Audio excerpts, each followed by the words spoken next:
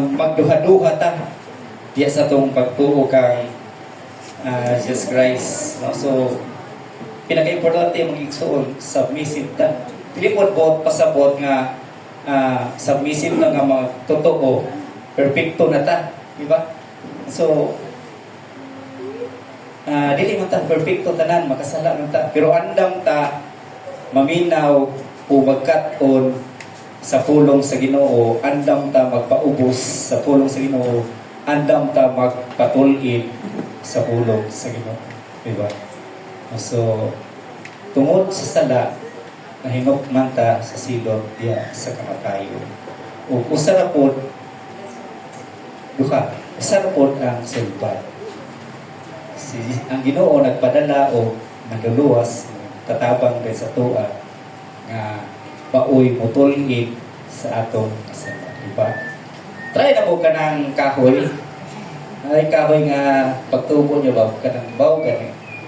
Baw siya. Tapos gusto nimo siya nga tulidon. So mitras bata pa nga nitubo niya baw, imo na siya tulidon, so matulid pa na siya. No, pero kung gulang na gani, gusto nimo tulidon ng punuan nga di ba gulang na, dili na imo siya madali-dali og pagtulid, di ba? No, so in this life inanak mo lang atong kinabuhi, no? So mitras linghod pa ta og patulid na tadaan diha sa Ginoo, no? Kay basin bayag maabot ang panahon gahit kita ulo. So kabalo na Ginoo ray mo balo sa tanan, di ba? No, so ang gay nga kahoy lisod na siya tulidon, no? So mitras doon na patay kay gayunan, bata pa tulid pa atong mga tuhod, yeah? So tinaw pa atong mga mata, kabalo pa tang musabot, kabalo pa tang minaw sa pulong sa Ginoo, magpatudlo ta sa pulong sa Ginoo. So kung ano na may mga words diha nga akong na sulti, kabahin niya po na sa mensahe sa atong Ginoo Diyos.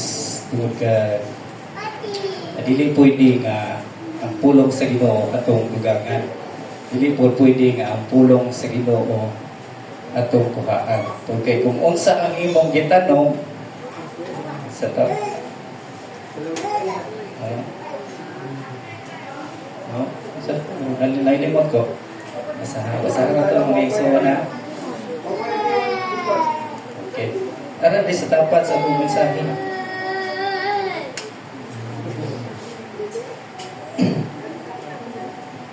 Sa Galatians 6:7.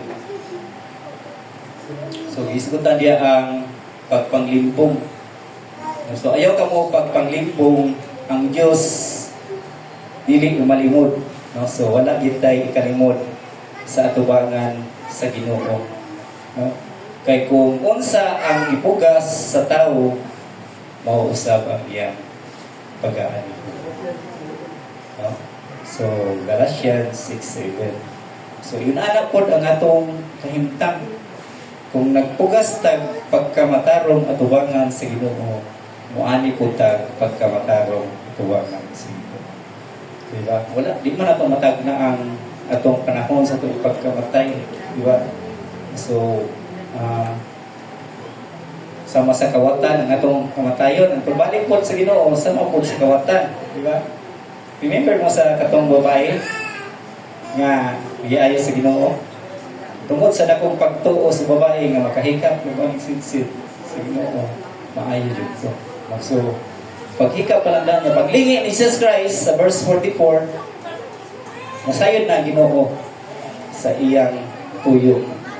So ngat sa ana nga aktual nga paghikap, naayo dayon tong babae nga nagdugo to siya, di ba? Ang mga sigarang mga babae karon wala magdugo, di ba? Dugoon every month. So gawas na atong nagmenopause na. So inana siya. Inana po ng atong kinabuhi diya kang Jesus Christ. Dili na to matag-an kung kanos sige no daghan ang nagwali ni balik sa Jesus Christ, di ba? Wala mo daghan kini mga pastor nga ano bag-o na to bag-o ro kinsa to wali sa